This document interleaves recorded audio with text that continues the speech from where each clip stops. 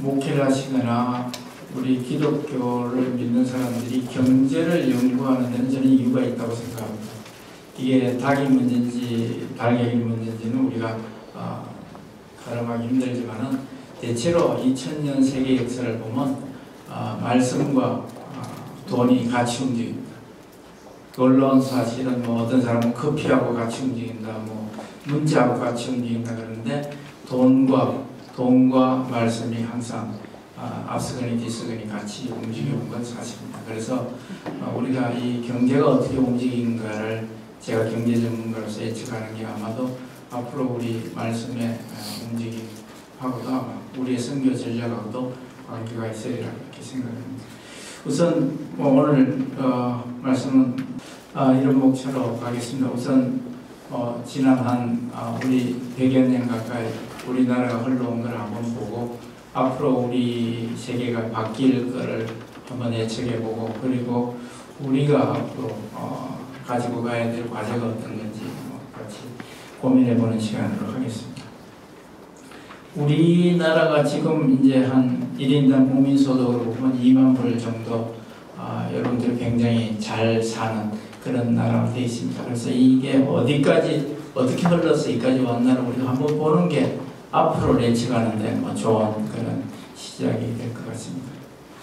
보시는 사진은 아마 여기저기서 가끔 보셨을 수도 있는 사진인데 지금부터 100년 좀 넘게 1903년 정도에 외국인 선교사님이 한양에 오셔가지고 지금의 종각이 있는 데입니다. 종로 2가에서 동대문부 쪽을 보고 찍은 사진입니다. 이 사진을 보시면 대로가 아주 널찍하게 펼쳐져 있고 앞에 보면 전차선도 전차가 막 아마 도입됐던 시기고 전기가 전봇대가 군데군데 보이고 마지막 한 단층짜리 기와집이 이렇게 잘 정돈된 그런 모습입니다.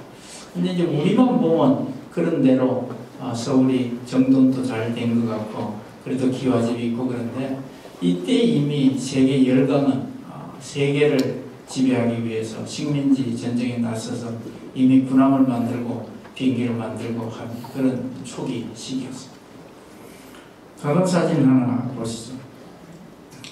이거는 지금 광화문에 이수신 장군 동상이 있는 데서 경복궁 쪽을 보고 찍은 사진입니다. 여기 잘 안 보이시겠지만 여기 해태 우리가 보고 있는 해태도 있고 여기가 이제 가장 번화한 6조 거리입니다. 그러니까 이제 이 저기 치면 요즘 같은 중앙청 대궐 안에 근무하는 사람들이 6조 거리로 나와서 이제 여기 유기견들도 있고 이제 이런 아주 최고의 번화가의 모습입니다. 그런데 보시면 그래도 가시라도 제대로 쓰고 있는 사람도 있지만 상투 턱 걸고 그냥 헛저고리 바람으로 다니는 사람도 있고 여기 보면 애들도 나와서 놀고 있고 그게 최고의 우리 번화가 시대입니다. 그게 1903년입니다. 근데 이제 그로부터 여기 이제 일본이 한국으로 슬슬 들어와서 한국을 장악하기 시작하던 시기죠. 그리고 이제 몇 년 뒤에 뉴욕타임즈에 이런 기사가 실립니다. 1910년 8월 22일자 신문입니다. 우리가 8월 29일 날 무슨 날인지 혹시 아시나요?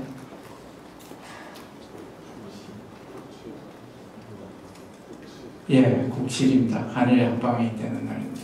그 기사 보시듯이 Korea as a nation to end this week입니다. 그러니까 한국이 나라로서 국가로서 이번 주에 끝이 난다 그런 얘기입니다. 그 무슨 말입니까? 한국이 없어지는 거죠. 그런데 그 밑에 기사를 보면 이 나라 국민들은 자기 운명에 무슨 일이 일어나는지도 모르고 조용하다 이런 기사가. 좀 앞에 본 우리 평화로워 보이던 광화문 내거리의 모습이나 종로 바닥에 사람들이 걸어다니는 모습이 과연 평화롭고 그런 모습인가요? 아니면 무지한 자기 운명에 뭐가 일어날지도 모르는 무지한 국민들의 모습이 우리의 모습입니다. 그러고 세월은 유수같이 흘러서 거의 한 50년을 또 잠을 잡니다. 잠을 자고 일제에서 해방되고 그리고 6.25 전쟁을 겪고 그러면서 거의 세계에서 가장 가난하고 핍박받는 그런 나라로 우리가 삽니다. 그리고 이제 5.16 혁명 살고 4.19 혁명 5.16을 거쳐서 1962년도에 우리가 최초로 경제개발 5개년 계획이라는 걸 시작합니다. 그래서 나라가 이제 아이고 우리 배고파서 못 살겠다. 우리도 좀 잘 살아보자 하는 게 이때 1차 5개년 계획이 시작입니다. 1차 5개년 계획을 시작할 때 우리 나라의 규모라는 것은 거의 세계 통계상에 보이지 않는 바닥에 위치합니다. 그때 당시 세계에서 통계 자료를 가지고 뭐 국가 경제 규모가 어떻다를 파악할 수 있는 나라는 한 4, 50개밖에 안 됐을 거예요. 그걸 우리가 바닥에 있는. 그때 보시면 미국이 1등이고 그 다음에 뭐 독일, 영국, 프랑스 그런 나라가 있는데 여러분들 저 규모가 조 달러인데요. 뭐 조 달러를 얼마나 클까 고민하시지 말고 그냥 숫자로 한번 보십시오. 1등이 미국이죠. 그럼 미국하고 나머지 2등부터 40등까지 나라를 다 더하면 어느 나라가 클 것 같아요? 미국이 크죠. 미국은 그런 나라입니다. 그러니까 1962년도 2차 세계대전 이후에 세계 전체 부의 반 이상을 미국이 갖고 있다는 그런 시기죠. 그리고 미국은 세계를 제패하고 나가기 시작합니다. 그러고 나서 또 한 세월이 지나서 1988년도 우리나라가 올림픽을 할 때입니다. 올림픽을 할 때 우리 1인당 국민소득이 한 3,200불 정도 됩니다. 1인당 국민소득이 3,000불이라는 소리는 대체로 입고 먹고 자고 의식주가 해결되는 그런 수준이 1인당 국민소득은 한 3,000불이라고 합니다. 지금 중국이 한 4,500불 정도 되니까 중국은 먹고 자고 입는 문제가 해결되고 이제 조금 있으면 자유를 달라 뭐 민주를 하자 뭐 이런 이야기가 나오는 그런 시기로 들어갑니다. 대체로 전 세계적으로 보면 4,000불이 넘었었다 그러면 이제 먹고 자고 있고 우리가 1988년도를 기억하시는 분들은 올림픽 할 때 우리가 제법 그런 대로 잘 살았는데 아마 그런 생각이 들 겁니다. 대체로 올림픽을 거시기 합니다. 일본도 1962년인가요? 일본도 그때 올림픽에 60년이에요. 올림픽 64년이었고요.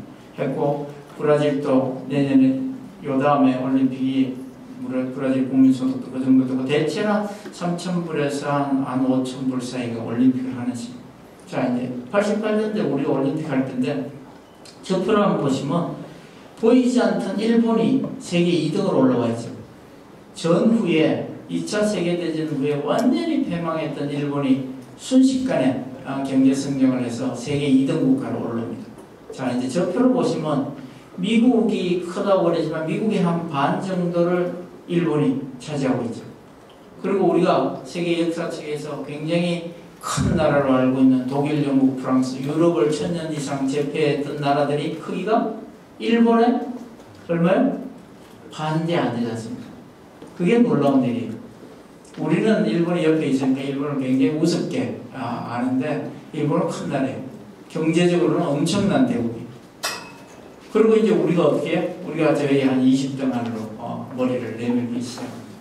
그리고 또 세월이 흘러서 이제 최근에 2010년까지 와보면 자 이제 보시면 우리가 옆에 있는 중국이 일본을 따라잡아서 2등으로 올라서고 일본이 세계 3등이 되고 그 밑에 조금 밑에 내려오면 또 인도도 있고 그 밑에 한국도 있고 이런 게 우리의 형상입니다.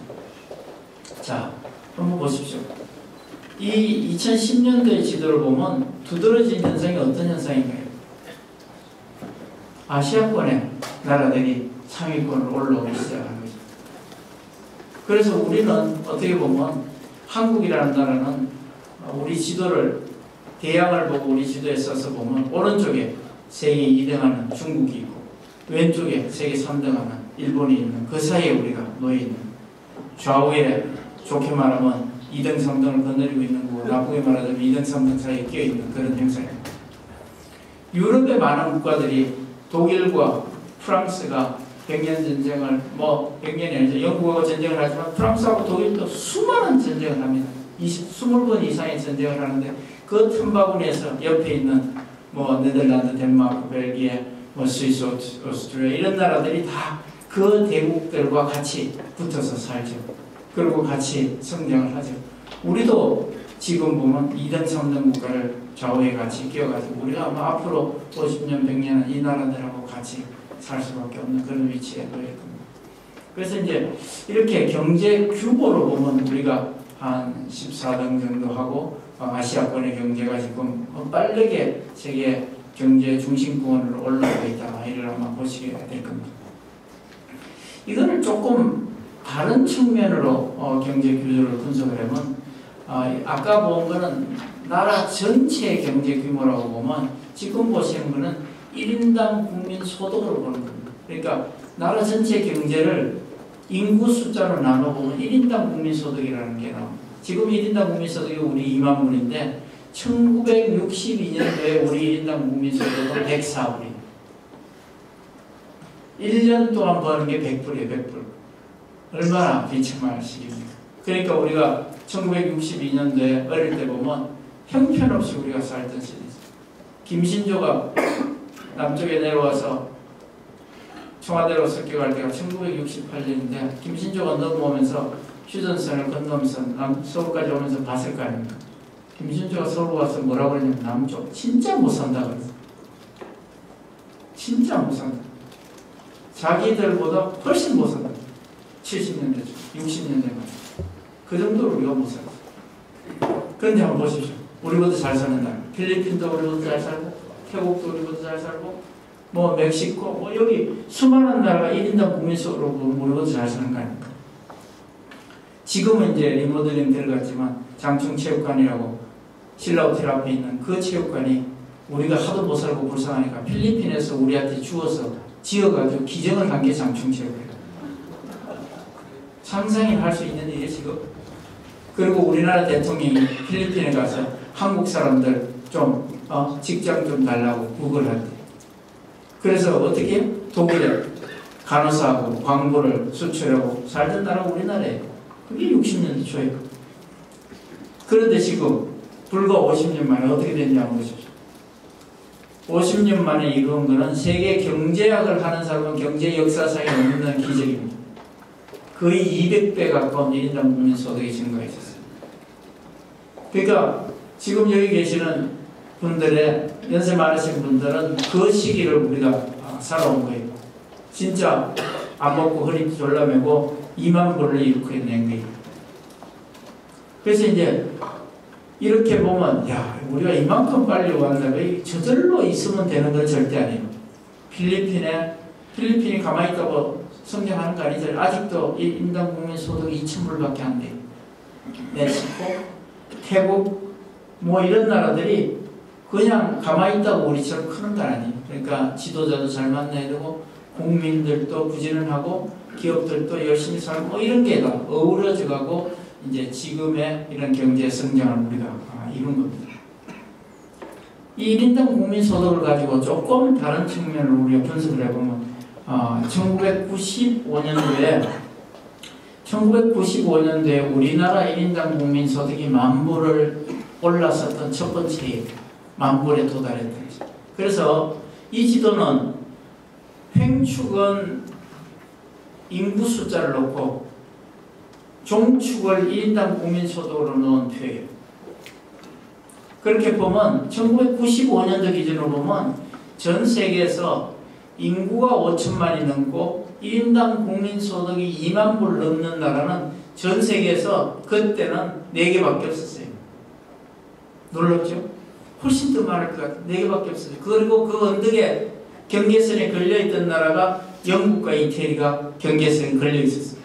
그리고 그 옆에 캐나다가 걸려있어요. 그런 정도예요. 그러니까 우리가 10,000불 왔을 때만 해도 대단한 쾌거였죠. 그러면서 우리가 뭐라고 그랬냐면 우리가 알던 영국, 이태리, 프랑스, 캐나다 이런 나라가 대단한 선진국인 줄 알았는데 우리가 10,000불에 와서 보니까 바로 앞에 있네? 조금만 가면 따라잡겠네? 그렇게 생각을 했었어요. 그래서 야 이거 좀 빨리 가자 그랬는데 빨리 가다가 어떻게 됐어요? 걸려서 넘어졌어요. IMF 맞았어요. 그리고 뭐 이런저런 카드 사태 위기 뭐 9.11 뭐 이러고 뭐 좌우 사방으로 휩쓸리다 보니까 2만 불에 올랐었는데 무려 10년이 넘게 걸렸어요. 긴 세월 걸렸어요. 그래서 2010년 기준으로 봐봤더니 우리가 어디 있냐면 2만 불까지 올라왔어요. 아, 이제는 따라잡았구나 하고 2만 불에 딱 와서 봤더니 앞에 2만 불에 있던 사람은 저 멀리 도망갔어요. 3만 5천 불, 4만 불로 도망갔어요. 지금의 상황이에요. 지금은 어떻게 해요? 지금은 미국, 일본, 독일, 영국, 프랑스, 이태리가 3만 5천에서 한 4만 5천 불 사이에 가 있고 캐나다가 한 3만 한 8천 불 가까이 돼서 저기가 있어요. 어떻게 해요? 우리가 만 불까지 빨리 오다가 너무 시간을 오래 가는 사이에 2만 불대에서 있던 사람들이 3만 5천 불대요. 이미 저 멀리 도망가버리고. 그래서 지금 세계 경제에 중요한 의사결정이라든가 뭐 문제가 생기면 모여서 회의하고 하는 사람들이 어떤 사람이에요? 이 사람들이 모여서 하잖아요. 미국, 일본, 영국, 독일, 프랑스, 이태리, 캐나다까지 넣어서 7개 나라가 세계 경제를 좌지우지하고 중요한 스탠다드를 만들고 룰을 만들고 그렇게 하죠. 그 사람들은 뭐라고 우리가 그래요? G7이라고 하죠.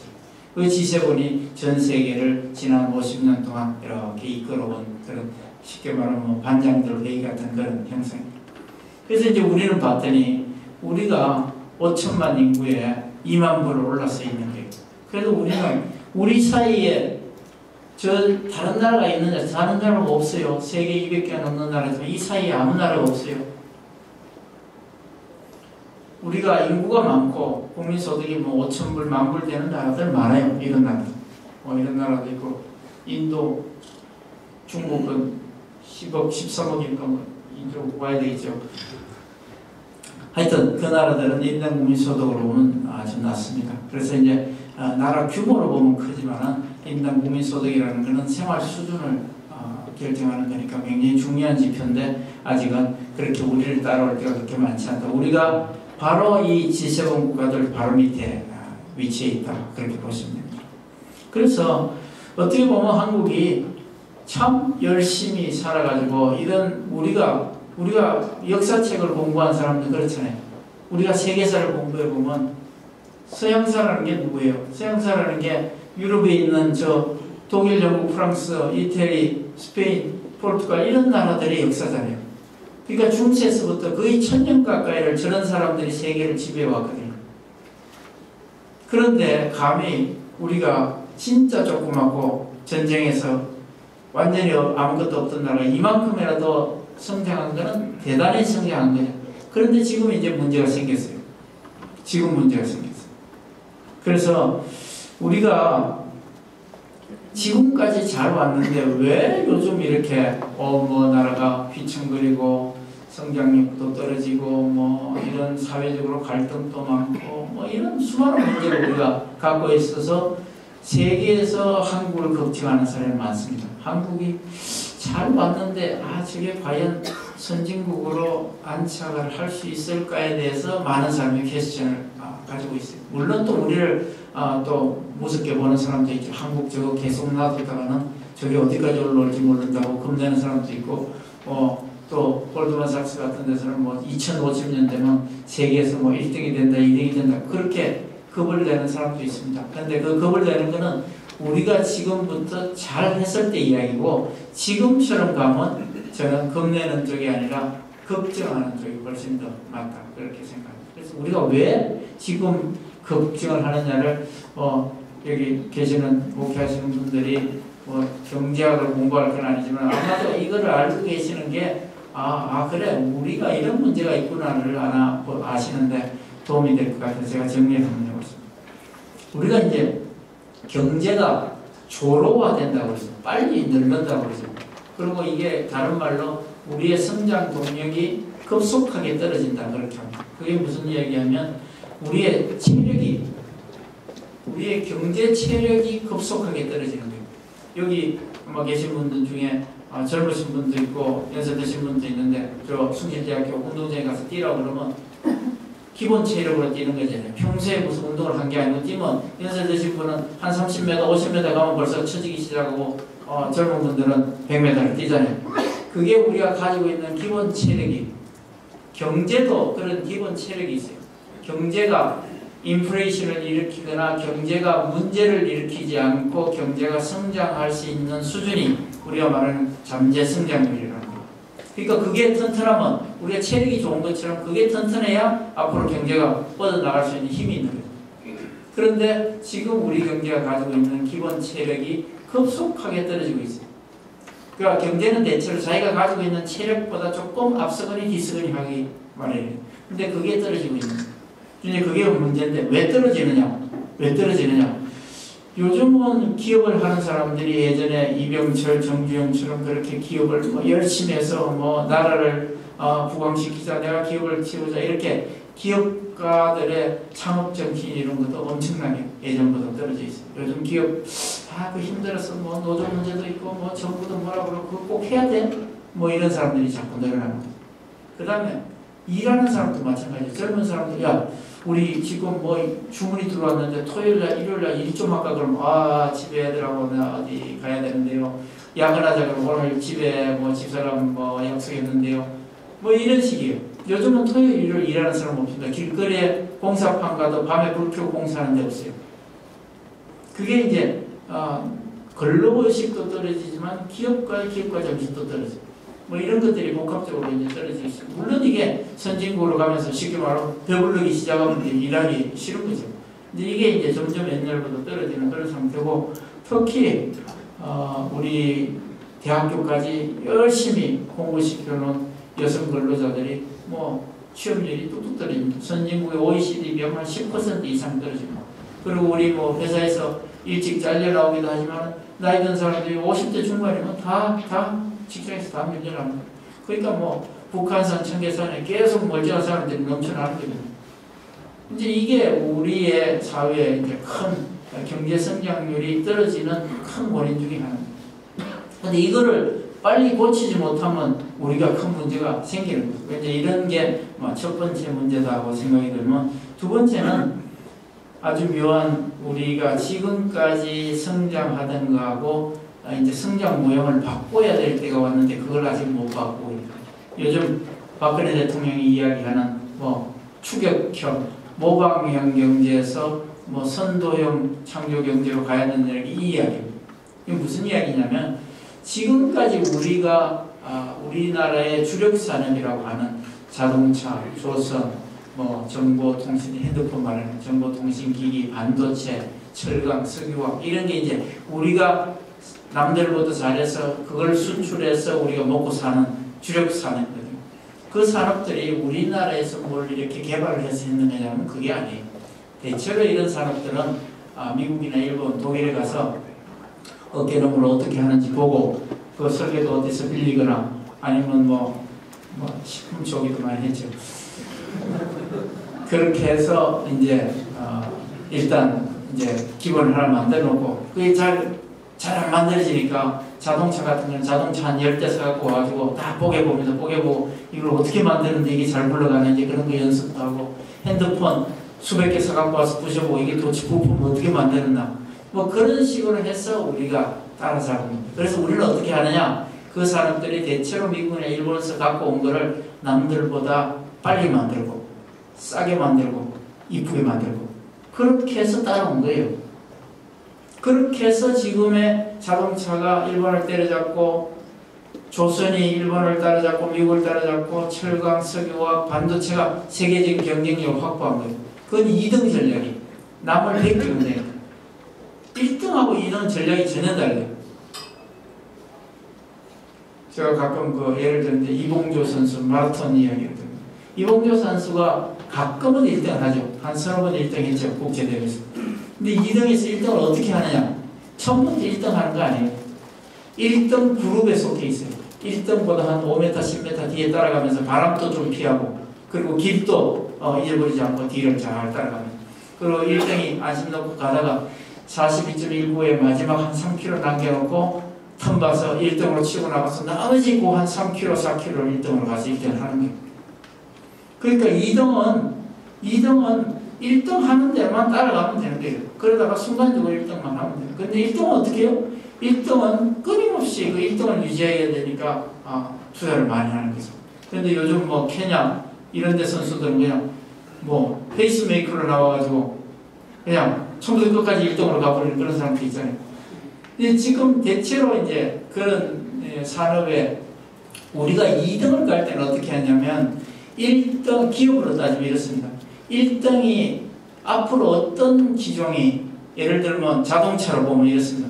태양열 자동차가 앞으로 주도할지 수소 자동차가 주도할지 아니면 전기차 하이브리드가 주도할지 어딘지를 몰라요. 그러니까 2등은 이제 1등이 연구하는 걸 잘 봅니다. 하이브리드를 연구하나 태양열을 연구하나 따라고 하면서 적당히 따라가는 거죠. 그런데 1등은 어떻게 해요? 1등은 다 투자를 해요. 다 투자를 하다가 그게 상용화되고 기술이 상용화 시장에서 맥힐 때가 되면 그거를 투자를 하거든요. 그러니까 R&D 투자를 하자면 쉽게 말하면 2등보다 3배 이상 합니다. 근데 2등은 어떻게 해요? 1등은 못하지만은 딱 보다 태양열이구나. 그럼 태양열에 집중 투자하는 거예요. 그게 2등 전략이에요. 그래서 이제 우리가 지금까지는 살아왔는데 어쩌다가 보니까 우리가 핸드폰도 세계 1등이 돼 있고 자동차도 1등하고 어깨를 나란히 하고 조선도 1등을 나란히 하고 이제 큰일 난 거예요. 이게 내가 길을 찾아가야 되는 거예요. R&D를 해야 되는 거예요. 산에 혹시 등산 가실 때 길을 잘 아는 사람을 앞에 세우나요? 아니면 그냥 아무나 앞에 서나요? 잘 아는 사람이 쓰잖아요. 가다가 갈림길 나오면 어떻게 해요? 이거 왼쪽이 오른쪽이에요. 갑자기 헤매잖아요. 그런데 왼쪽으로 따라갔다가 여기 아니야 절벽이야 돌아가 그러면 이거 완전히 망하는 거잖아요. 그러니까 기업은 그걸 피하기 위해서 항상 자신이 없으면 갈림길 오면 주춤거립니다. 그래서 이제 2등은 항상 R&D를 적게 하지만은 2등 나름대로 전략이 있어요. 그런데 우리가 어쩌다가 1등에 서 있는 거예요. 이제 우리가 스스로 R&D도 해야 되고 스스로 실패도 경험하면서 가야 되는 그런 시점이 왔어요. 그런데 우리는 그게 익숙하지가 않아요. 우리는 2등 전략이 익숙해요. 그래서 지금 우리가 헤매는 거예요. 여러분들 이게 다 많이 갖고 계시죠? 핸드폰, 스마트폰에 얼마 전까지만 해도 세계 1등 하는 회사는 노키아였어요. 노키아는 세계 핸드폰 시장의 40% 가까운 시장 지배력을 갖고 있던 어마어마하게 큰 회사였어요. 그런데 우리 그 뒤가 삼성전자가 한 18%, 그 다음에 LG가 한 12, 3% 이렇게 2등 삼성이 우리가 따라가고 있었어요. 그래서 우리의 전략은 뭐냐면 저 앞에 가는 노키아만 잡으면 우리가 세계를 제패하는구나 이렇게 생각을 했어요. 그래서 노키아는 열심히 따라갔어요. 노키아보다 더 빨리 만들고 더 싸게 만들고 더 이쁘게 만들고 그래서 열심히 따라갔어요. 그런데 갑자기 애플이 나타났어요. 야 그쪽 아니야 이쪽이야. 그런데 이게 삼성전자가 딱 돌아보니까 저거 같거든요. 옛날에 자기들이 R&D를 할 때 이것도 좀 해보고 저것도 좀 해보지만 확실히 없으니까 아날로그를 계속 따라가고 있었는데 뒤에서 딱 흔들는데 저거 같거든요. 그러니까 삼성은 빨리 돌았습니다. 빨리 돌아서서 따라가서 애플보다 훨씬 늦게 시작했지만 애플 시장을 따라잡은 거예요. 그런데 열심히 정신없이 따라가던 LG가 이거 큰일 났네? 일로 안 오네 그러고 돌았을 때 이미 늦었어요. LG가 1년에 1조 이상의 적자를 했어요. 그 시장만 가서 아직도 회복을 못하고 있어요. 그러면 그거 그 앞에 갔던 노키아 어떻게 되겠어요? 길 잘못 들면 어디로 가요? 어디로 간다고? 갔더니 뭐가 나와요? 절벽이. 노키아 회장이 직원들한테 이메일 메시지를 보냈어요. 뭐라고 보냈냐면 우리 회사가 지금 망망대해 석유 플랫폼에 있는데 그 플랫폼에 불이 붙었다. 뛰어내리자니 천길만길 난 떨어지요 가만히 있자니 불타서 죽게 생겼다. 이게 우리 회사의 운명입니다. 길을 잘못한 거예요. 그러니까 1등이 자칫 잘못해서 한쪽으로만 생각을 하고 이 길이라고 갔다가 망하는 거예요. 근데 그게 지금 우리나라의 기업들이 대부분 어려워요. 자기가 1등을 썼는데 이게 과연 맞는 길인지 자신이 없는 거예요. 1등에 익숙해 있지 않기 지금 우리 제일 큰 문제예요. 자, 세 번째는 우리가 신문에 이런 데 많이 들은 거죠. 우리 앞으로 먹고 살 먹거리가 뭔지 잘 모르겠다. 지금 아까 말씀드린 자동차, 조선, 반도체, 석유화학 이런 것들은 지금부터 한 30년 전에 우리가 돈을 많이 들이면서 정부가 도와주고 남거 베끼고 하면서 경쟁력을 회복해서 세계 1등 수준에 올라온 거예요. 그런데 앞으로 우리의 자손들, 우리의 자녀들이 먹고 살 먹거리를 언제 만들어야 되냐면 지금부터 투자를 해서 키워나가야 돼요. 근데 그게 지금 우리가 볼 때는 눈에 잘 안 보여요. 그게 바이오텍이 될지 무슨 그게 뭐 재생에너지가 될지 잘 보이지 않아요. 근데 그런 거를 미국은 어떻게 하느냐? 미국은 여러분들 혹시 들었을지 모르겠는데 요즘 세일가스라는 게 뭐 난리를 치고 있습니다. 미국에.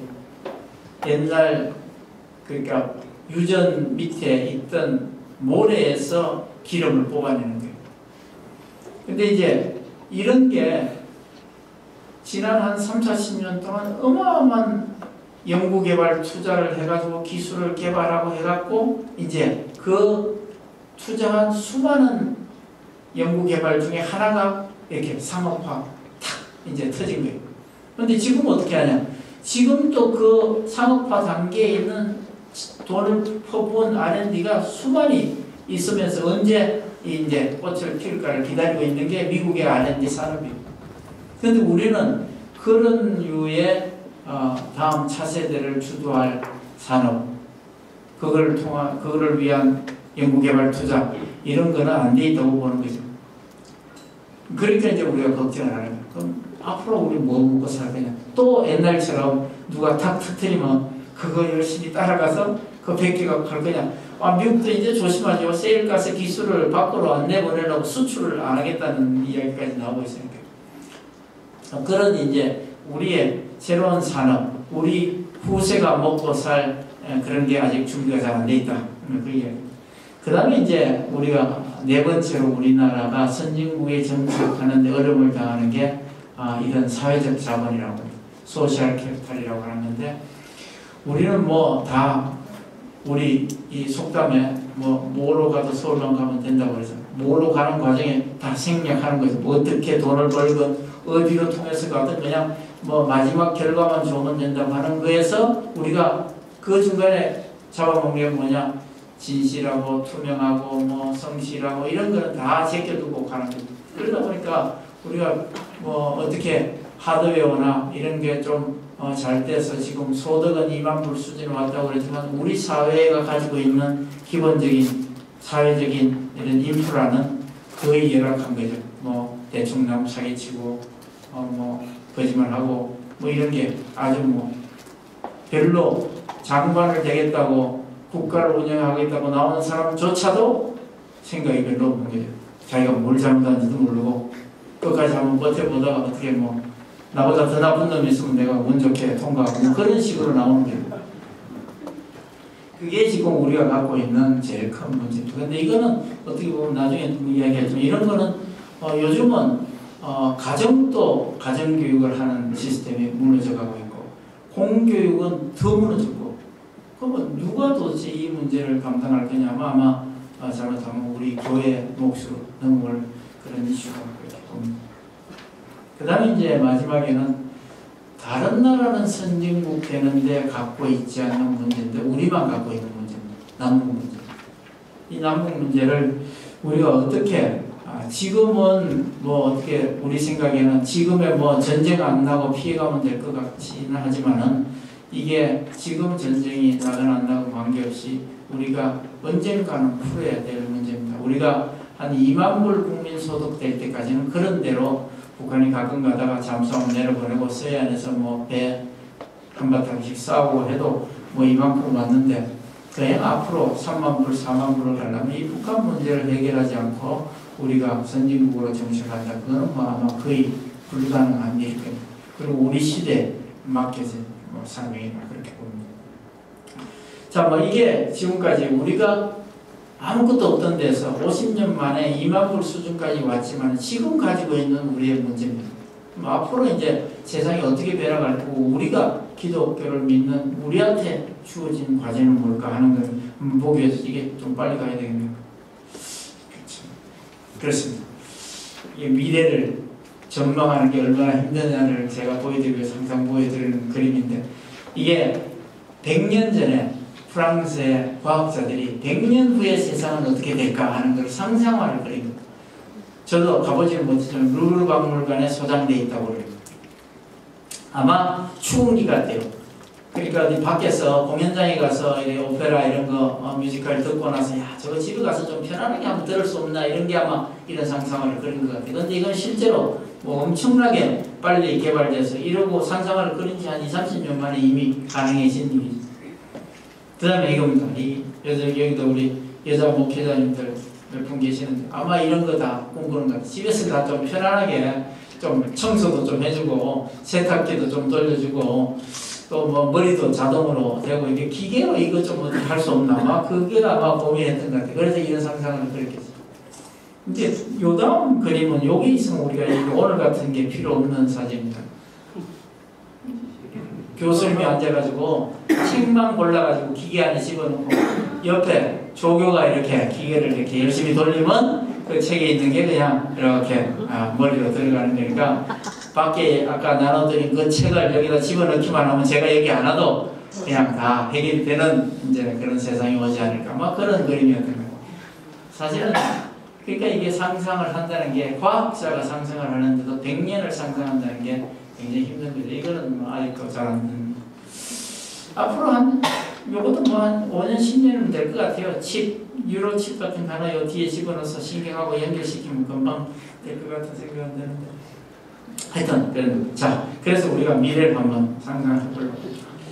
자, 우리가 많은 경우에 미래를 그리는 소설가, 뭐 예술가 중에서 영화 만들고 이런 사람들이 미래를 예측하는 영화를 많이 만드는데 대체로 뭐 터무니없는 영화도 있기도 하고 소설도 있지만은 뭐 우리가 어릴 때 봤던 뭐 이런 영화 이런 게 만화 이런 게 대부분 다 뭐 현실로 되는 것 같아요. 뭐 스틸스키 같은 거 뭐 이런 게 뭐 요즘 뭐 평행 상공에 막 놀아다닌다고 그러니까 지금 여기 이완 맥거리가 나왔던 그 아일랜드 같은 영화라든가 아니면 그 윌 스미스 나왔던 아이로봇 그 다음에 뭐 아바타 같은 이런 영화가 그 영화의 세팅이 그렇게 먼 미래가 아닙니다. 2015년, 뭐 2035년, 뭐 2030년, 40년 이렇기 때문에 여기 계시는 젊으신 분들은 목회하는 과정에 일어날 일이에요. 이 이슈들이 그냥 이렇게 지나갈 이슈가 아니라 하나하나 따져보면 뭐 미래를 지금부터 걱정할 필요는 없지만 다 심각한 문제를 우리가 갖고 올 그런 이슈들인 것 같아요. 그래서 한번 이런 한 몇 가지 주제를 뽑아왔으면 한 8개 되는데 간단히 보죠. 앞으로 경제가 발전하면서 생겨날 중요한 변화를 이렇게 몇 개 짚어봤습니다. 그걸 보시면서 뭐 이야기하죠. 세계 우선 아시아 시대의 개방입니다. 경제 중심지가 곧 우리가 살고 있는 동북아로 움직여 온다는 이야기입니다. 세계 문명의 발상지를 우리가 4대 문명의 발상지라고 그러지만 나일강과 메소포타미아 지역을 보면 우리가 크게 보면 뭐 같은 지역이라도 봐야 될 정도로 붙어 있습니다. 그래서 이제 뭐 중국, 인도 이렇게 해서 이제 4대 문명의 발생지인데 이 문명이 다 자기 나라에서 발전을 합니다. 중국 문명도 발전하고 인도 문명도 발전하는데 경제적으로 보면 그 중심지는 계속 이동하는데 어디로 움직이냐? 그 이집트 메소포타미아 지역의 문명이 움직여가는 게 그리스 로마로 움직여갑니다. 그래서 경제 중심지가 가서 동로마 제국이 멸망할 때까지 경제 중심지가 저깁니다. 그러고 나서 우리가 말하는 중세 암흑기 기간에 어디로 가느냐? 뭐 스페인, 포르투갈 쪽으로 움직여가요. 그런데 사실 이때가 중세가 이슬람이 엄청나게 번창했던 그런 시기였죠. 저기서 어디로 움직이느냐? 산업혁명이 일어나면서 네덜란드, 영국으로 올라갑니다. 그래서 네덜란드가 세계 식민지를 엄청나게 만들고 영국이 세계를 제패하는 시기로 갑니다. 그러고 나서 미국 대륙으로 넘어가는 게 1910년대 1차 세계대전 때를 중심해서 세계 경제 중심지는 미국으로 갑니다.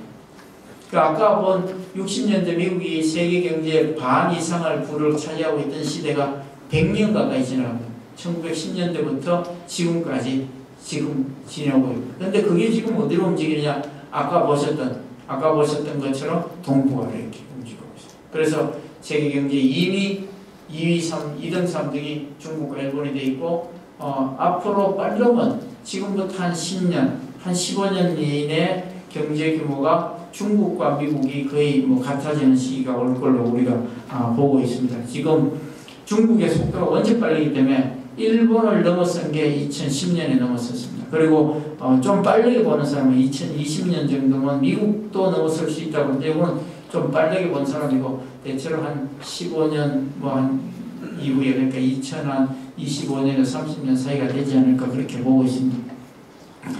자, 그래서 그거를 이렇게 다시 정리를 해보면 이게 이제 월드뱅크에서 전망한 수치인데 여기 보시면 2040년 정도를 보시면 아시아의 경제 규모가 지금의 북미 대륙의 거의 한 2배 가깝게 커지는 거예요. 아시아 대륙.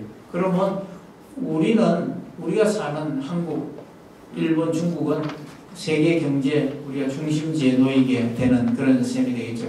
그러니까 물론 여기에는 인도가 들어가 있어서 그렇습니다만 하여튼 우리는 동북아시아는 세계 경제 중심지다는 걸 우리가 생각하고 가야 될 것 같습니다. 그리고 지금의 글로벌 각 나라들이 싸우는 신자유주의를 기반으로 하는 경제 전쟁은 절대로 당분간은 약화될 것 같지는 않습니다. 이 상태의 경쟁이 계속 치열해지고 그러면서 국가 간의 그런 양극화는 계속해서 일어날 거다. 그게 왜 우리한테 중요하냐면 지금 우리 생각에는 아프리카 같은 나라, 그 다음에 동남아시아에 못 사는 나라들이 앞으로 10년, 20년 후에는 좀 잘 살까? 그렇게 걱정을 하지만 우리가 경제하는 사람들이 예측하기에는 아프리카는 이 경제 전쟁에서 밀려서 더 못 살 것 같아요. 그래서 우리가 걱정하고 있는 그 템포리 윈도우의 빈곤 문제, 이 문제는 앞으로도 지속될 거다. 그렇게 보고 있습니다.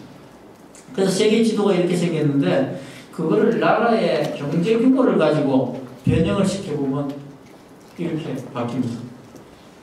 또 한 번 바꿔보면 2020년에는 이렇게 바뀝니다. 자, 한번 보십시오.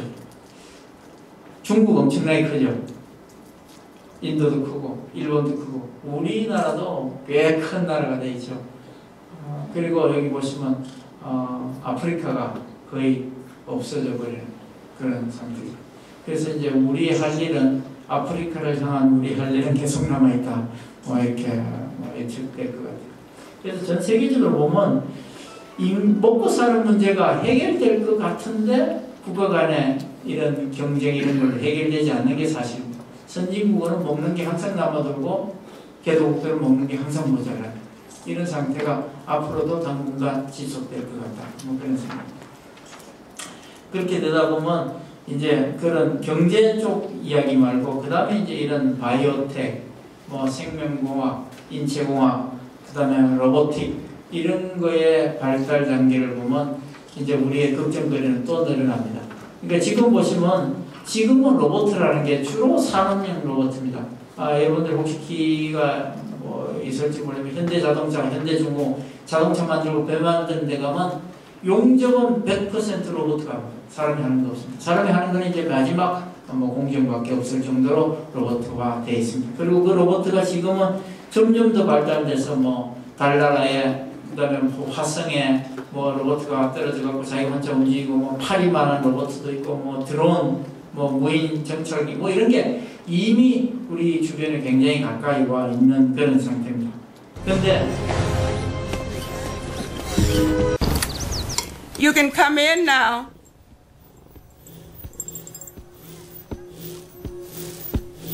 Hello, Detective Spooner. I won, Dale. I won the lottery. We've been cooking like crazy.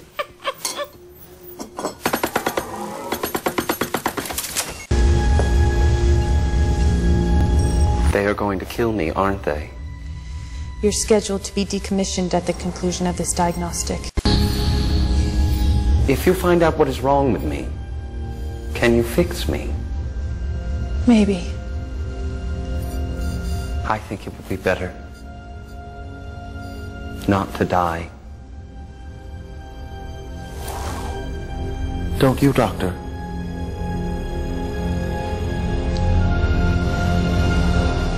이 로봇가 지능이 점점 진화해서 사람처럼 감정을 느끼게 되는 건데 요즘 나오는 영화에 이제 그런 감정을 가진 로봇들이 점점 많이 나오고 있고 실제로 이제 로봇가 발달되기 시작하면 그런 시기가 아마 앞으로 늦어도 20년 이내는 나올 것 같아요. 그리고 이제 뭐 모양을 사람같이 만드는 거는 금방 나올 것 같아 보이고, 이제 그까지는 그러면 기계와 사람이니까 구별이 되는데, 그게 뭐 우리가 말하는 이런 생체하고 결합된, 이게 사람인지 기계인지 우리 구별하지 못할 정도에 되는 거, 그러면 어떻게 하느냐. 뭐 이제 그런 그 고민거리가 자꾸 나올 것 같아요. 그리고 이제 트랜스젠더들이 숫자도 많아지고 해서 이제 어떤 데는 보면 이게 기숙사에서 문제가 되는, 대학교에 남자 기숙사, 여자 기숙사가 나눠져 있는 데는 이게 이제 젠더들을 남자에서 여자로 된 사람, 여자에서 남자로 된 사람 어디냐가 집어넣어야 될지 모르겠고, 미국에서 보면 요즘 기숙사 어플라이 할 때는 이 젠더를 이제 메일, 피메일, 트랜스젠더 자기가 이렇게 표시를 하게 돼 있을 정도로 나오기 시작했어요. 거기도 이제 거기다가 뭐 호모 레즈비안들 자꾸 나오기 시작하면서 뭐 동성 결혼을 허용한다, 법이 통과되고 뭐 이렇게 이제 되면서 이게 단순히 이제 멀리 이야기가 아니라 점점 우리 가까이 교회에서 고민해야 될 문제로 점점 안으로 들어오고 있다는 거죠. 그래서 이제 이게 과학의 발달과 함께 더 우리의 고민거리로 빠른 시간에 우리한테로 다가올 것 같다는 게 이 과학의 발달입니다. 그 다음에 이제 하나는 요즘 그 문명의 충돌이라고 그럴까요? 뭐 문명의 믹스라고 그렇게 이야기를 하는데, 이게 국가 간의 이동이 자유스러워지면서 생기는 현상인데, 예전에는 자기가 태어나면 자기 동네에서 그냥 살다가 말았는데, 요즘 이제 이동하기 시작한 게 굉장히 심각합니다. 그래서 지금 보시는 이 서클 안에 있는 데는 주로 인구가 모여드는 지역이고, 그리고 지금은 우리가 살고 있는 동북아시아는 사람이 나가는 지역입니다. 근데 아까 제가 말씀드렸듯이 우리 동북아시아가 경제 중심지로 되는 순간은 저 지역이 곧 인구가 모여든 지역으로 바뀌게 됩니다. 예전에 우리가 유럽에 가서 뭐 예전에 초창기에 유럽에 가서 뭐 우리 기독교 신앙을 가지고 돌아오는 사람도 있었지만, 최근에 지난 한 4, 50년 사이에서는 대부분이 미국 가서 다 기독교인이 크리스천이 돼서 돌아온 사람들이 아마 유학파들에서는 뭐 거의 대부분이 다 그런 분들이 있죠. 그 마찬가지로 이제 우리나라로 일하러 오고 유학하러 오는 동북아시아로 사람이 몰려들기 시작할 때 되면 우리도 아마도 새로운 전략을 가지고 이 문제를 접근해야 될 때가 곧 올 것 같다, 뭐 그런 생각입니다.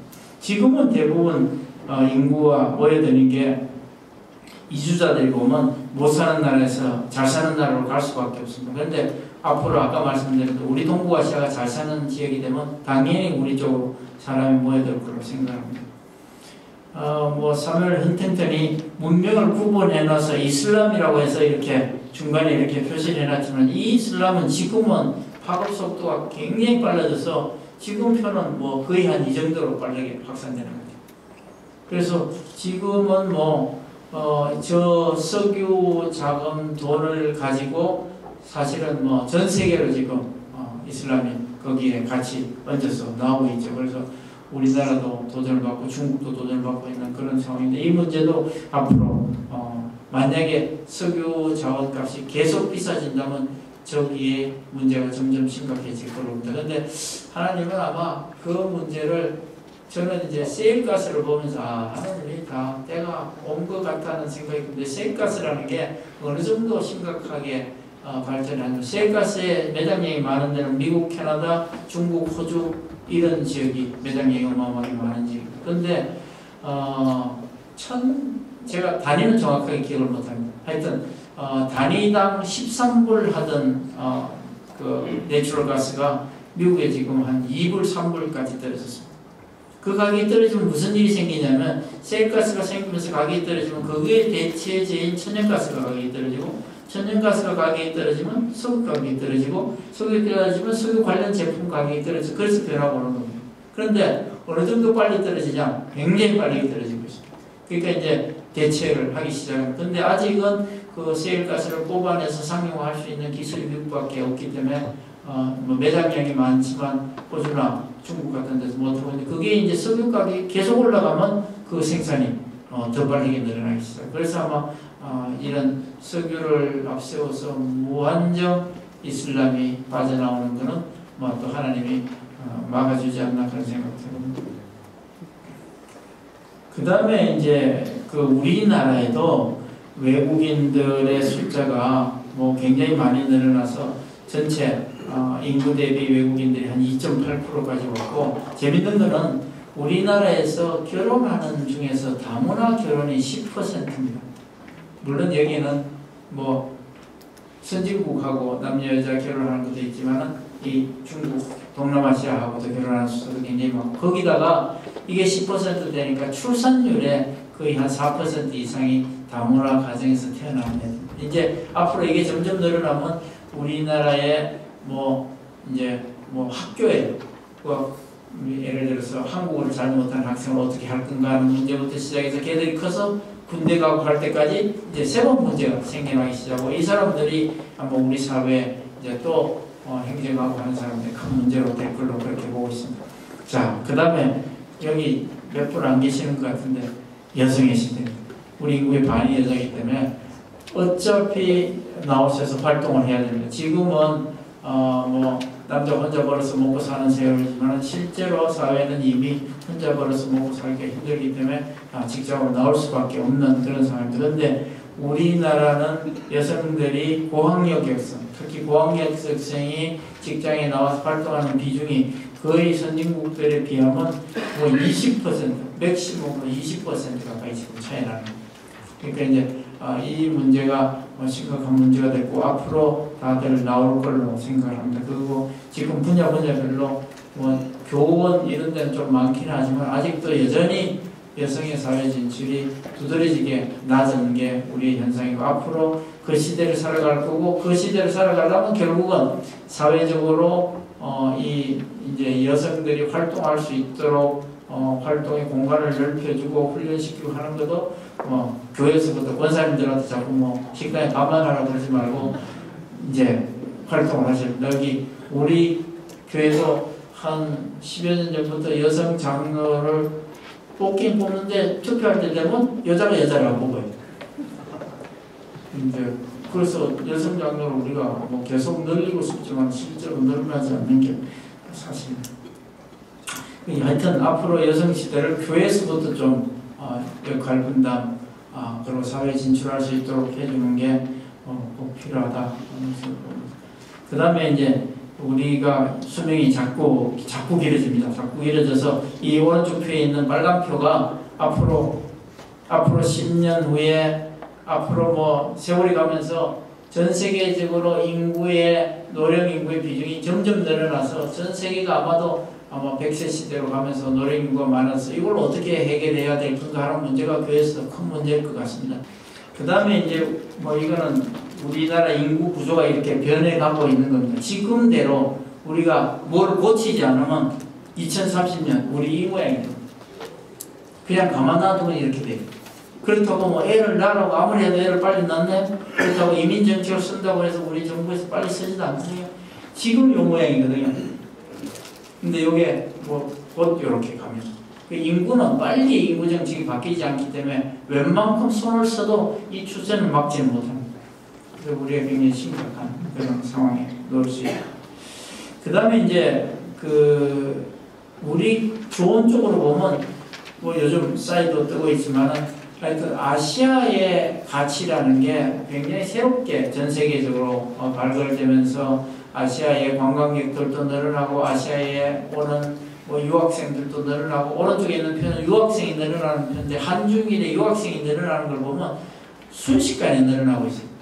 뭐 이런 게 이제 아시아에 대한 새로운 발견입니다. 뭐 이게 유럽 사람들도 여행 업계가 점점 늘어나고 있고, 지금 예전 같은 우리가 상상을 할 수가 없는 한국의 뭐 드라마, 음악 이런 게 세계 시장에 팔려나가는 게 그게 꼭 우리가 잘해서 그런 것보다 오랜 기간 동안 일본이 세계에 나가면서 일본 문화를 알리고 중국이 나가면서 중국 문화를 알리고 거기에 한국이 사실은 좀 엎혀서 가는 그런 것도 있습니다. 그래서 하여튼 그 중에서도 한국이 굉장히 뛰어난 경의력을 발휘하고 있다 그렇게 보시면 될 것 같고요. 그 다음에 이제 우리가 앞으로 변화될 것 중에서 가장 큰 변화는 저는 남북 문제라고 봅니다. 앞으로 지금 우리가 쭉 보아온 게 앞으로 향후 한 20년 동안 일어날 일이거든요.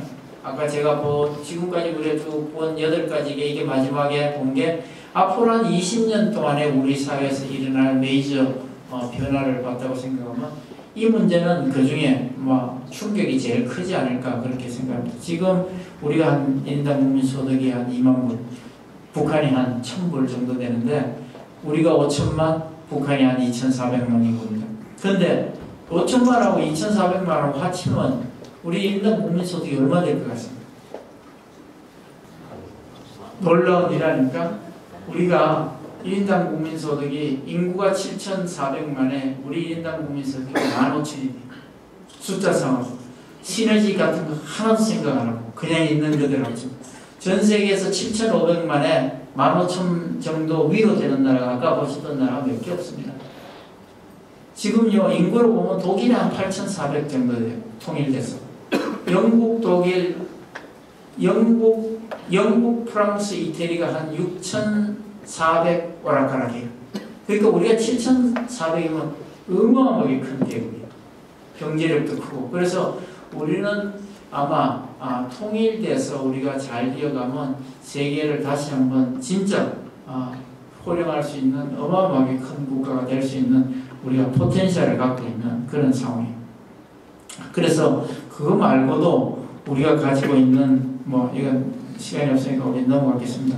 하여튼 북한하고 우리는 지금 문제를 일으키고 있지만은 저거를 잘 우리가 통합해서 우리가 품을 수만 있다면 우리나라는 아마 우리가 중세 천년 역사에 독일이 어땠다, 프랑스가 어땠다, 영국이 어땠다 하고 우리가 역사 측에서 맨날 뵀지만은 서양 사람들이 대한민국이 어떻다 하고 역사 측에서 배워야 될 시기가 곧 온다 그렇게 저는 봅니다. 그래서 이제 우리가 가지고 있는 경쟁력은 사실은 우리의 가능성은 굉장히 많습니다. 제가 그걸 한꺼번에 보여드리면 우리가 갖고 있는 창의성이라고 그러는 것은 굳이 한글 이런 걸로 보지 않더라도 우리가 갖고 있는 창의성은 저는 우리 교육이 그 정도로 단순 반복적이고 외우고 그런 교육을 시켰는데도 불구하고 이 정도 한다는 것은 저는 어마어마한 경쟁력이라고 봅니다. 그러니까 우리나라 사람들이 가지고 있는 그런 여러 가지 지금 재능들은 저는 우리가 그냥 허투루 이렇게 볼 건 아닌 거예요. 제가 항상 이야기하지만 양궁이라는 게 왜 양궁인가요? 국궁이 아니고 양궁인 이유가 뭐예요? 서양이 만들었잖아요. 근데 그 양궁을 지금 제일 잘하는 나라가 어디? 한국이고 세계 코치는 다 한국 사람이고 양궁 기계는 어느 나라 메이드 인 코리아 거를 사용하는 그게 양궁이에요. 그게 국궁이나 마찬가지가 된 거죠. 쇼트트랙 우리가 언제부터 스케이트를 탔나 그거 다 우리가 제패하잖아요. 그래서 우리나라 사람들의 그 창의력 누가 만들어 놓은 걸 이렇게 변형하고 그걸 발전시키고 하는 그 능력은 어마어마하다 그렇게 봅니다. 그리고 우리나라 국민들이 언제까지 이 열정적이고 적극적인 이 국민성을 갖고 갈지는 모르겠지만 시대에 따라 바뀌긴 합니다. 그렇지만 아직까지 우리가 갖고 있는 것은 전 세계를 제패하는데 전혀 부족하지 않을 것 같아요. 제가 가끔 이야기하는데 그 남아프리카에 가면 빅토리아 폭포라고 있어요. 잠비아 옆에 있는 건데 거기가 여기서 얼마나 먼가 거기 가려면 엄청 힘들어요. 거기 한국 사람 가기도 힘든 데인데 거기 공항에 가면 공항이 어느 정도냐면 비행기에서 이렇게 짐 이렇게 바닥으로 던져주면 자기 가방 찾아가야 될 정도로 열악한 데인데 그 공항에 이렇게 Welcome to Victoria Fall이라고 영어를 써놨어요. 그리고 그 밑에 두 번째 언어가 뭐냐면 빅토리아 폭포에 오신 것을 환영합니다. 한국말에서. 참 놀라운 일이에요. 아우슈비츠 Welcome to 아우슈비츠. 아우슈비츠 수용소에 오신 것을 환영합니다. 한국말에서. 가시면 유심히 한번 보십시오. 한국 사람들 적극성 등산, 골프 이런 운동 뭐 말할 필요 없죠. 목사님이니까 골프 안 치시겠지만 등산을 가면요 한번 토요일 날 저 청계산 한번 가보십시오. 거기 올라온 분들의 그 복장이라는 거는 거의 에베레스트 올라가고 나옵니다. 그러니까 우리의 열정이라는 건 이런 게 어마어마합니다. 전 세계 등산복 메이커들이 한국을 테스트 마켓으로 보고 있습니다. 핸드폰도 마찬가지. 그 정도로 우리가 가지고 있는 열정은 단단합니다. 그러면 그거 말고 우리가 가지고 있는 중에서 어떤 게 있느냐? 전 세계 기업하는 산업하는 사람들이 겁을 내는 건 한국을 겁을 냅니다. 왜 겁을 내느냐면 우리가 말하는 전 세계 제조업의 기반 기술이 자동차, 조선, 무슨 정보통신, 철강, 석유화학 이런 것들이 메이저 제조업이거든요. 근데 그 메이저 제조업을 전 세계 나라 중에서 한두 개를 가진 나라는 많아요. 영국 뭐 한두 개, 프랑스 한두 개, 이태리, 스페인 뭐 없을 수도 있죠. 거긴 거의 없다고 봐야 되고 예전에는 다 세계를 제패하던 나라가 있어요. 미국도 지금은 많은 제조업이 아웃소싱되고 중국으로 나오고 한국으로 나오고 다 빠져나오고 몇 개 없어요. 자동차 아직 가지고 있고. 그런데 그 제조업 기반을 탄탄하게 고루고루 갖고 있는 나라는 전 세계 3개 나라밖에 없어요. 어디까요? 독일, 일본, 한국. 그렇죠. 그래서 한국을 겁을 내요. 왜? 저것들이 사람들만 난리를 치는 게 아니라 제조업 기반도 탄탄한 거예요. 그래서 세계에서 겁을 내요. 겁을 내면서도 아까 말한 우리의 그 문제점만 우리가 극복을 해내면 이게 지금 우리의 어마어마한 경쟁력으로 바뀔 거예요. 그 다음에 이제 제가 항상 우리의 가지고 있는 이 가능성 중에 마지막이 우리의 지정학적인 위치. 우린 교과서를 잘못 배웠어요. 우리 옛날 초등학교 교과서로 우리는 열강의 사이에 위치해서 항상 침략을 받고 수탈당하고 뭐 그래서 우리가 굉장히 뭐 나쁜 위치에 놓여 있었던 것처럼 교과서에 우리 애들을 가르치죠. 그런데 그게 아니에요. 제가 볼 때는 천혜의 위치에 우리가 위치한 거예요. 우리가 그 열강의 사이에 있어서 왼쪽으로 봐도 배울 게 있고 오른쪽으로 봐도 배울 게 있고 어디 가면 팔아먹을 때도 있고 빌려올 것도 있고 얻어올 것도 있고 그래서 우리가 살아남은 거예요. 만약에 한국이 필리핀이나 저 뭐 어디 뭐 뚝 떨어져서 뭐 뉴질랜드처럼 있었으면 침략을 안 받았겠죠. 그런데 오늘날까지 발전 턱도 없는 얘기예요. 지금 우리 위치는 지금까지 오는데도 역할을 했지만 앞으로 우리나라가 살아가는데도 엄청난 역할을 할 우리 위치예요. 그래서 저는 우리 위치가 지정학적으로 나쁜 위치가 아니라 굉장히 하나님이 우리한테 은혜를 주신 위치다. 그렇게 봅니다. 자, 그러면 이제 이게 윤 교수님이 시간 얘기라고 했는데 이거 큰일 났네. 자, 제가 이게 하나씩 볼게요. 자, 우리가 뭘 해야 될 거냐? 지금까지 본 거를 우리가 정리하는 시간입니다. 자, 아시아 시대가 도래한다. 인구가 경제 중심지로 모여든다. 뭘 해야 될 것 같습니다. 우리가 예전에 열심히 사들고 선교하러 가던 거의 한 반 정도는 이제 들어오는 사람들만 교육시켜서 내보내면 되는 거죠. 우리가 경제학자 중에는 ATE라는 경제학자가 있습니다. 그게 뭐냐면 American Trained Economist. 미국서 훈련받은 경제학자들. 근데 저는 그걸 바꿔서 ATC라고 American Trained Christian. 미국 가서 크리스찬 되고 돌아온 사람인데 이제 KTC가 나올 때가 코리아 트레인드 크리스찬이 세계로 나올 때가 이제 곧 온다는 겁니다. 그래서 이제 우리나라가 세계 경제 중심지에 위치하고 우리나라로 사람이 모여들고 장사하러 모여들고 공부하러 모여들면 우리의 역할은 지금까지의 전략과 다른 전략을 쓸 수밖에 없는 시대가 곧 온다. 첫 번째. 두 번째는 아까 보신 것처럼 앞으로 20년이 돼도 못 사는 아프리카나 남아메리카의 템포리 윈도우가 별로 변함이 없더라. 그래서 우리 할 일은 계속 있다. 이제 거기에 요즘은 어떻게 해요? 예전에 성경책 하나 들고 나가는 사람들이 요즘 뭐 전문의 선교들이 엄청 나가지 않습니까? 뭐 교육, 의료, 제 아들놈이 맨날 우간다를 가고 우간다 뭐 볼 거 있냐고 공부하고 있는 학생인데 그 우간다에 가보면 뭐가 할 일이 그렇게 많대요. 그래서 이제 이런 게 우리가 앞으로 뭐 할 일 중에 우리한테 남겨진 과제다 그렇게 봅니다. 그 다음에 세 번째는 아까 제가 말씀드렸죠. 우리나라에 다문화 가족들이 점점 많아지고 문화 접점이 점점 넓어지고 하면서 이제 우리가 지금까지 그냥 단일 민족, 백이 민족 하던 게 이제 바뀔 수밖에 없는 시대가 왔죠. 우리나라에 이미 8%에 해당하는 2.8%에 해당하는 다문화 인구가 우리나라에 있기 때문에 이 사람들을 상대로 한 우리의 선교 이것도 뭐 우리가 버릴 수가 없는 중요한 게다. 뭐 거기에 따라서 우리 교육제도, 뭐 군대 이런 것들이 다 바뀌기 때문에 여기에 대응하는 것도 뭐 꼭 필요하다. 그 다음에 이제 네 번째로는 여성 시대, 노령화 시대로 가면서 우리 할 일이 점점 많아집니다. 그래서 최근에 이제 나온 이야기가 University of Third Age, U3A 이럽니다. 그게 뭐냐 이게 그랬더니 100세까지 사는 거를 내 토막으로 25년씩 자르면 처음에 25년은 대학교 교육까지 학교 교육, 그 다음에 25년은 뭐 직장에서 하는 직장 교육, 나머지는 리타이어 하고 나서 60세부터 75세까지를 우리가 말하는 평생 교육까지 누군가가 책임져야 되는데 그게 대체로 이제 사회에서 책임지거나 교회에서 책임지거나 이런 데서 이제 그 사람들을 케어하는 거죠.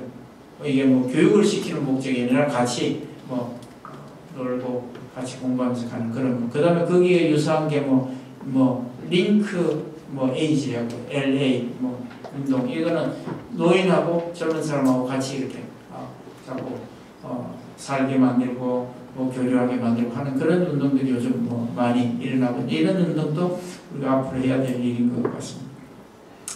그 다음에 이제 우리 아까 말씀드린 가정이 무너지고 공교육이 무너지고 했을 때 이 사회적 자본, 성실하고 투명하고 진실하고 이런 문제를 누가 도대체 가치관을 심어주고 누가 가르쳐야 될 거냐 하는 문제가 우리 교회에 던져지는 문제인 것 같습니다. 지금 집에서 부모가 다 일 나가고 애는 학원에서 놀고 이거를 가르칠 가정은 거의 없어집니다. 그러면 학교에서 가르치냐, 공교육이 이제 감당 못하고 있어요.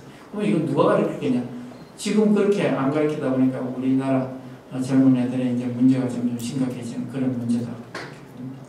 그 다음에 이제 네 번째는 통일 시대를 준비할 우리 과제입니다. 저는 이게 그만해야 되지. 하여튼 문제를 심각합니다. 왜?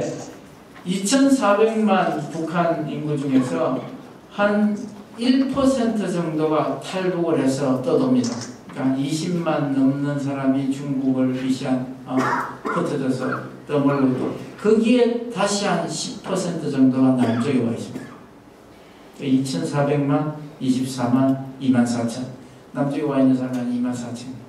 근데 우리가 24,000명을 제대로 케어를 못하는데 2,400만을 어떻게 케어를 합니까?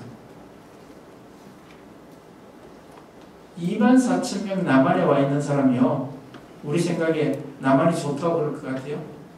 돌아가는 놈도 있잖아요. 그리고 여기서 적응 못해서 완전히 폐인된 사람들 있죠. 24,000명을 어떻게 우리가 케어하고 있는지 한번 뒤돌아보세요. 24,000명 케어 못하고 있어요. 그런데 어떻게 2,400만을 전도하겠다고 우리가 통일 북한 전도하겠다고 그래요. 지금 그 문제를 남쪽에서 이 문제 해결하는 것도 해야 돼요. 저희 교회 40명 나오거든요. 40명 한 사람 한 사람이 구구절절히 스토리예요. 올 봄에 신방을 한 25명 가정을 가봤는데 한 사람이 다 소설책이에요. 한 사람이. 근데 우리가 잘 지금 케어를 못하고 있는 상황. 자, 그래서 우리한테 맡겨진 과제가 아까 요 마지막에 한 6가지 정도 우리가 다 심각하게 생각해야 될, 앞으로 한 20년 내에 우리한테 주어질 큰 일이다 그렇게 생각합니다. 예, 여기서 마치겠습니다. 감사합니다.